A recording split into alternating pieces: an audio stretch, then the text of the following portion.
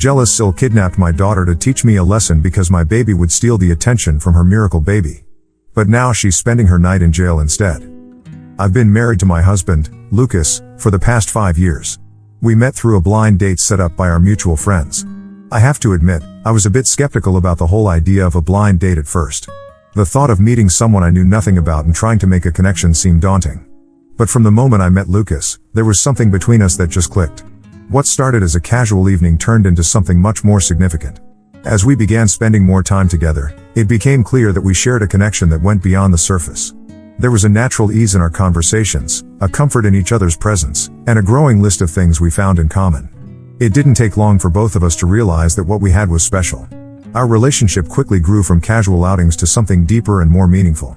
We started talking about our hopes, dreams, and the future we wanted to build together. Eventually, after months and months of dating, we decided to take the next step and got married. Surrounded by our closest family and friends, we pledged our lives to each other in a heartfelt ceremony. Our wedding day was filled with so much love and joy. I can still recall every detail of the day, the look in Lucas's eyes as I walked down the aisle, his brother, Kyle, cheering us on as his best man, the laughter of our family and friends, and the feeling of pure happiness that enveloped us. That day truly stands as one of the happiest days of my life, a moment when everything felt right, and the love we had for each other was celebrated in the most beautiful way. Right from the start, both Lucas and I had always wanted children. From the early days of our relationship, we had discussed becoming parents, and it was a dream we both shared deeply. We imagined a future filled with the sounds of little feet running through the house, the laughter of children filling the rooms, and the joy of nurturing and guiding a new life together. However, as much as we longed for it, the journey to parenthood turned out to be much more challenging than we ever anticipated. For what felt like an eternity, we tried everything to get pregnant but were unsuccessful. We meticulously tracked my ovulation, planning every aspect with hope and anticipation. We made significant lifestyle changes. Both of us gave up drinking and smoking, habits we knew could affect our chances. We committed to regular exercise, becoming almost religious in our approach to fitness. We also took a hard look at our diet, making sure we were eating all the right things to create the best possible conditions for conception. But despite all our efforts, the result was always the same. Month after month, we were met with disappointment. We couldn't understand why it wasn't happening for us when we were doing everything right. Eventually, we decided to seek medical advice. We both got thoroughly checked out, hoping for some kind of explanation or solution. But when the results came back, the doctors told us that there was nothing wrong with either of us. They said everything looked perfectly normal, and that sometimes, it just takes time. Their advice was to be patient and trust that the process would work someday. Hearing that was both a relief and a source of frustration. On one hand, it was comforting to know that there wasn't an underlying issue preventing us from conceiving. On the other hand, being told to just wait and see felt so uncertain. Patience, as they say, is a virtue, but it's not an easy one to practice when you're waiting for something you want so desperately. Lucas and I continued to dream about the day I would finally see that positive pregnancy test and how we would celebrate that moment. As luck would have it, last year, our patience finally paid off. It started with me missing my period, which wasn't entirely unusual, but then I began to feel sick in the mornings. At first, I didn't think much of it. Life was busy, and I just brushed it off as stress or maybe a little bug. But then, my best friend Vivian heard about my symptoms. She immediately sensed something I hadn't dared to believe yet and rushed over to my place with a handful of pregnancy tests. When she showed up at my door with those kits, my heart started racing. Could this really be happening? As I ripped open the first kit, both Vivian and I were shaking with excitement. I was already crying, the mere thought of finally being pregnant overwhelming me with hope and joy. And then, it happened. The test confirmed that I was pregnant. I remember staring at those 2 lines in disbelief. Vivian and I started jumping up and down in joy, screaming and hugging each other as the realization hit us. We couldn't believe our eyes. After all the months of waiting and hoping, the moment had finally arrived. That evening, I knew I wanted to make the moment just as special for Lucas. My husband had been on this journey with me every step of the way, and I wanted the news to be a memory we would cherish forever. With Vivian's help, I planned a sweet little surprise. We decorated the living room with balloons and bought a small cake to celebrate the news. It was simple but perfect. When Lucas came home from work that night, he was immediately puzzled by the festive decorations. He laughed, asking me if I had somehow mixed up the dates and thought it was his birthday. I just stood there, smiling, trying to contain my excitement. Instead of answering him, I simply handed him the pregnancy test. It took a second for him to fully register what he was holding. But then, I saw the realization dawn in his eyes. His expression changed from confusion to shock, and then to pure, unbridled joy. He yelled in excitement, and before I knew it, he had swept me off my feet and was spinning me around in a hug. After everything we had been through, all the waiting and hoping, we finally had the answer we had been longing for. We were going to be parents. Throughout my pregnancy, after every appointment with my gynecologist, I would come back home, beaming with joy, clutching the latest ultrasound picture of our little baby. I would immediately place them on the fridge with our magnets, creating a growing collage of our journey. Every time I walked by, I'd glance at the images, and it would fill my heart with so much happiness, a constant reminder that our little Cece was growing and thriving. Lucas and I spent a lot of time preparing for our daughter's arrival. We took on the task of decorating the nursery together, carefully selecting colors, furniture, and little decorations that would make it a warm and loving space for our baby. We went shopping for baby clothes, each tiny outfit a testament to the excitement and love we already felt for her.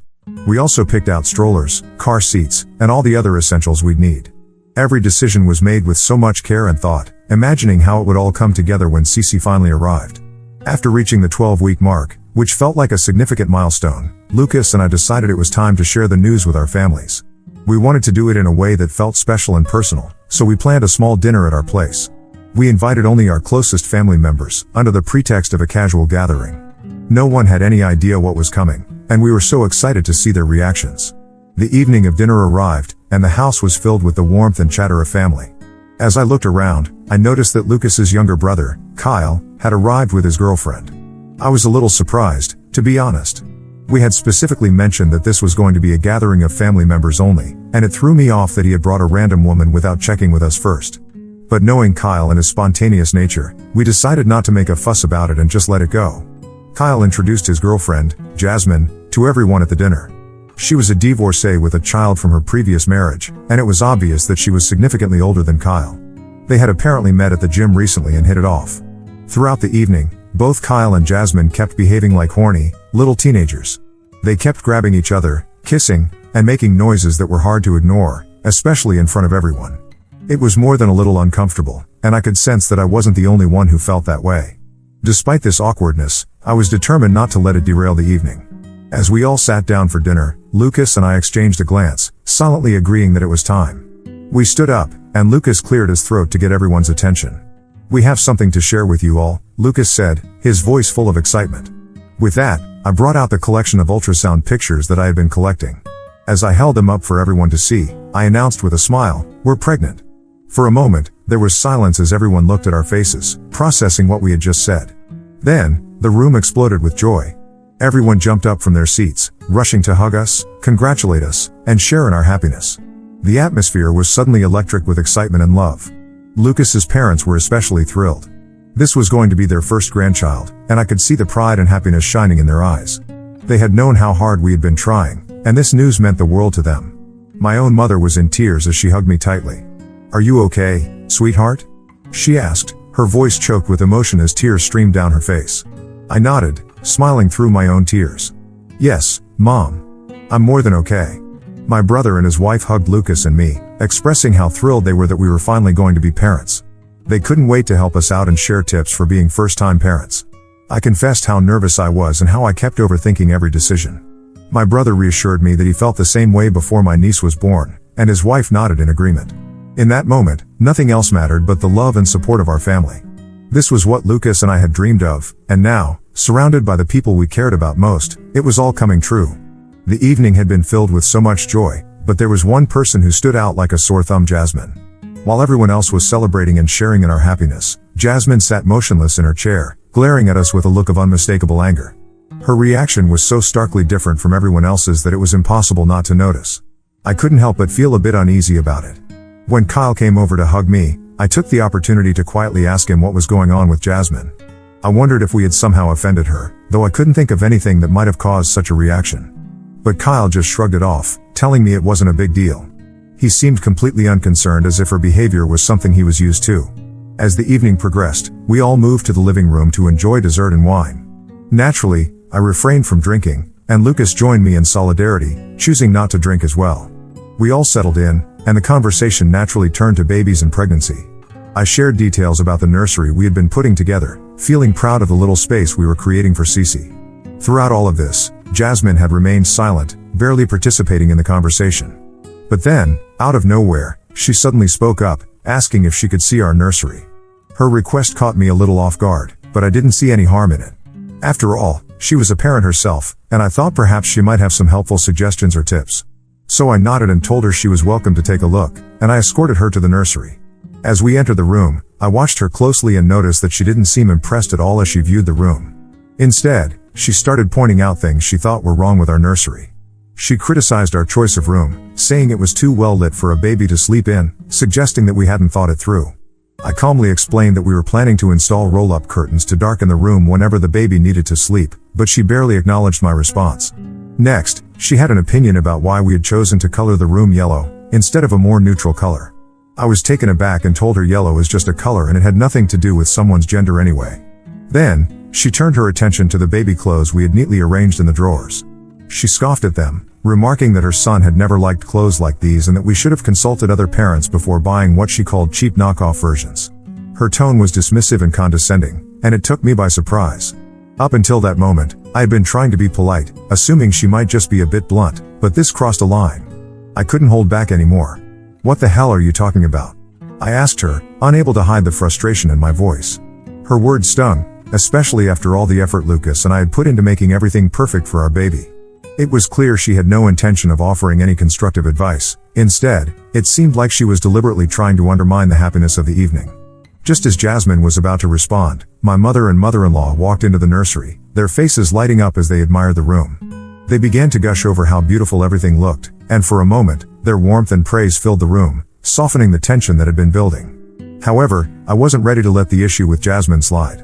I turned back to her, repeating my question with a firm tone. "What exactly did you mean by that?" Both my mother and mother-in-law noticed that something was off. Sensing the unease, my mother asked me what was wrong. I didn't hesitate to explain how Jasmine had been criticizing the nursery and had even gone so far as to call the baby clothes we'd chosen cheap.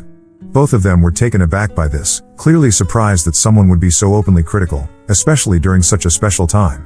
My mother-in-law laughed in disbelief and turned to Jasmine, asking, "Is this true?" Jasmine, seemingly caught off guard by the sudden attention, tried to downplay her earlier remarks. She claimed that she found the clothes too rough to the touch and that she was simply advising me to consider softer options. But my mother and Mill weren't buying it. They both shook their heads and chuckled softly, pointing out to her that the clothes felt perfectly smooth to them. Jasmine then quickly tried to backtrack, insisting that as a mother, she knew better and that I should learn to keep an open mind and be willing to accept criticism. But before I could respond, my mother stepped in, her voice firm yet calm. "Well, we're mothers too," she said, "and we would never say something like that to her. You should know better than anyone how difficult it is to be a first-time mother." My mother-in-law joined in, backing me up as well. "This isn't your place to criticize, Jasmine," she said. "It's one thing to offer advice, but this isn't how you do it." Jasmine's face flushed with embarrassment as she realized she was outnumbered and out of line. She looked visibly offended but didn't have much to say in response. Instead, she stormed out of the nursery in a huff. I followed her out, wanting to make sure the situation didn't escalate further. Jasmine made her way to Kyle, who was still in the living room, chatting with the rest of the family. Without bothering to explain much, she announced that she wanted to go home. Kyle looked confused, but sensing her agitation, he didn't push the issue. He simply apologized to everyone, congratulated Lucas and me again on the pregnancy, and then left with Jasmine. Later on, Kyle reached out to both Lucas and me to apologize for Jasmine's behavior at our announcement party. He had found out about everything after my mother-in-law gave him a stern lecture for bringing Jasmine to such an important and intimate gathering.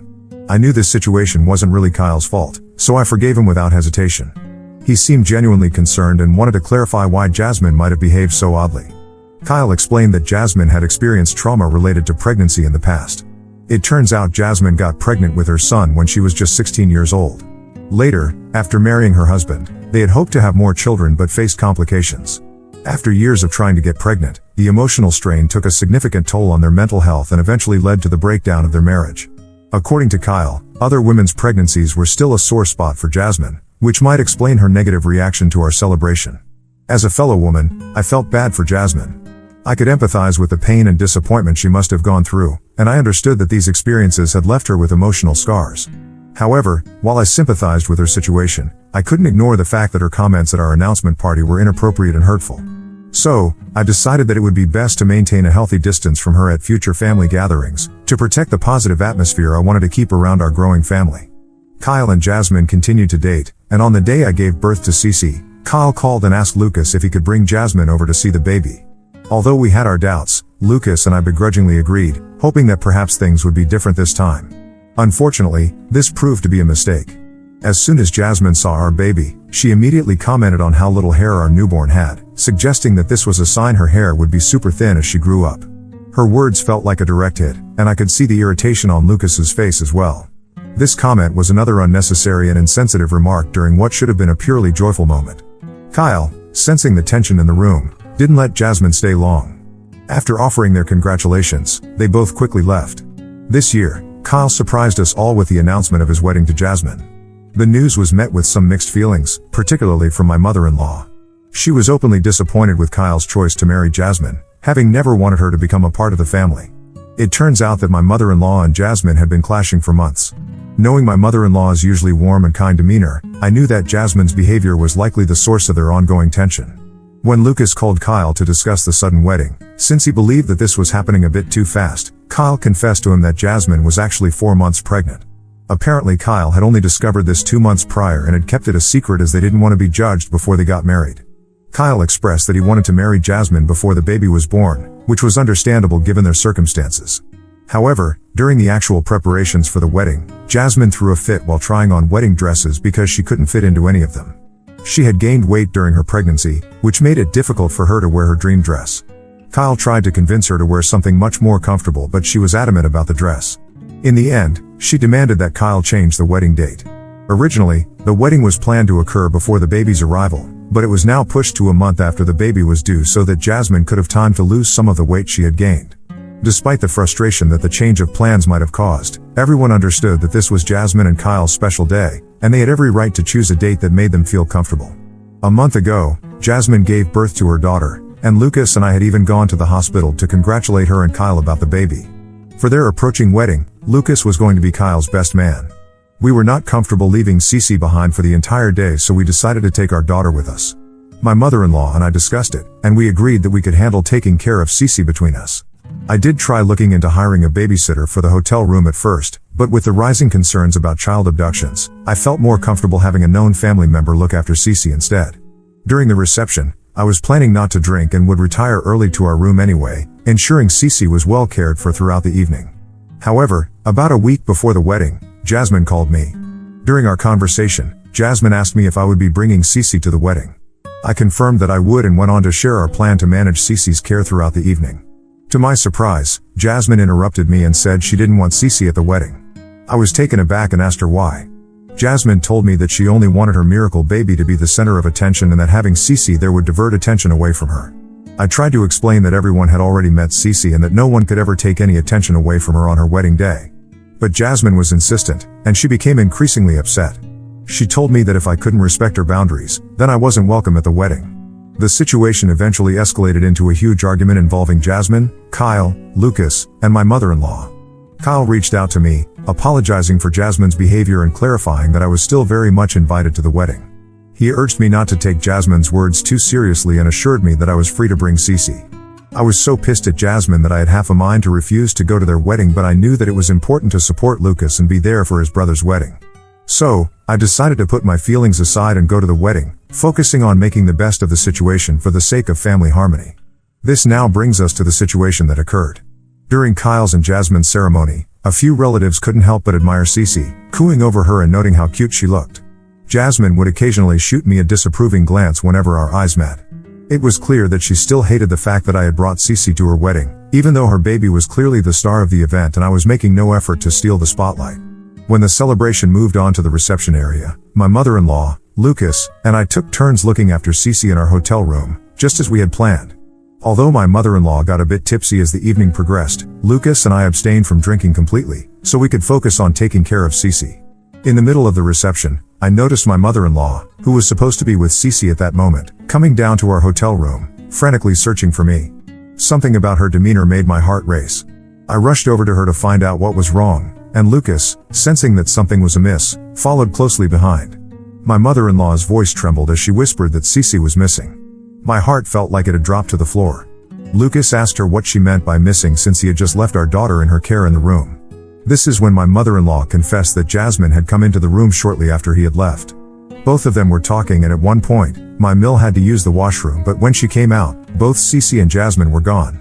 Confused, both Lucas and I immediately sought out Kyle, asking him where Jasmine was and why would she even do something like this. Kyle was taken aback by the whole thing as well. Amid the celebrations and the crowd, we alerted the hotel staff to search for both Cece and Jasmine.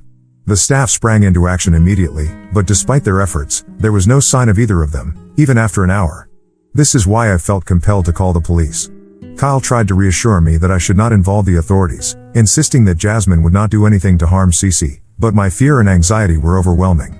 The idea that Cece was missing with Jasmine, who had already shown troubling behavior, was unbearable.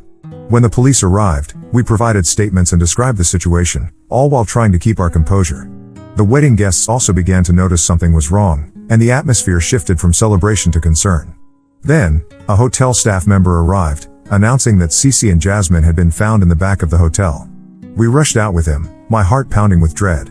There, we saw Jasmine sitting in a chair, holding Cece in one arm and smoking in the other hand. Her own baby was also in a baby carrier next to her. I couldn't contain my tears as I rushed to grab Cece from Jasmine and checked on her. Lucas started yelling at Jasmine, demanding to know why she had taken Cece without informing anyone.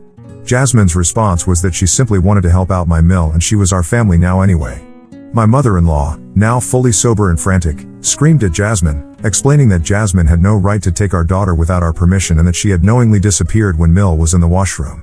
Jasmine simply smirked as she turned to look at me, remarking that if I was so concerned about my daughter, perhaps I should have listened to her request and not brought her to the wedding.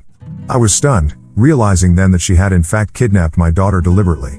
She wanted me to run around scared, searching for my daughter, just to scare me and teach me a lesson, hoping that I would back down the next time she demanded something from me. Kyle tried to pacify us, saying that perhaps this was all just a big misunderstanding. At this point, the police turned to me, asking if I still wanted to press charges. I looked at Jasmine's face and she had no apology or remorse for her actions. I wanted to teach her a lesson to never mess with me or my family again, so I decided to go ahead and press charges for kidnapping. Jasmine's eyes widened in disbelief as she protested, but the police took her into custody right there on the spot. Kyle tried to urge me to reconsider, but my mother-in-law told him that what his wife had done was unforgivable. Ida for getting Jasmine arrested and making her spend her wedding day in jail? Update 1. Wow, I woke up to my notifications blowing up from Reddit. I have to say I still feel shaken after what Jasmine did to us. Last night, I tossed and turned, unable to sleep properly, consumed with worry about my daughter's safety. Kyle has been calling and begging us to drop the charges against Jasmine, insisting that she didn't really mean any harm. Update 2. It's been a few weeks since my last update. Since the charges were filed, there wasn't much I could do to help Jasmine, despite Kyle's relentless pleas.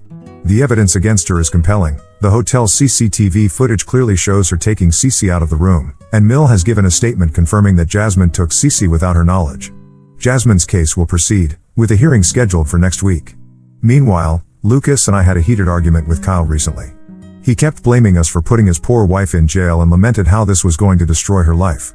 Lucas questioned Kyle how he would feel if someone had taken his baby away and left without informing anyone.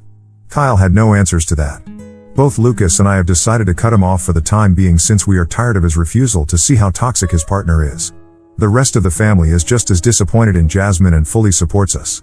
Update 3. During the hearing, Jasmine pleaded guilty to all the charges. Her legal counsel argued on behalf of her that this was an isolated incident and that she was just very emotional already since it was her wedding day, hence she acted irrationally. Ultimately, the judge sentenced her to community service and mandatory counseling since this was her first offense. After this, Jasmine did reach out to both me and Lucas with an apology, but we refused to forgive her. The damage has already been done. No one can ever trust Jasmine after what she did to my daughter. Since the incident, both Mill and Phil have cut off Kyle as well and have refused to take his calls.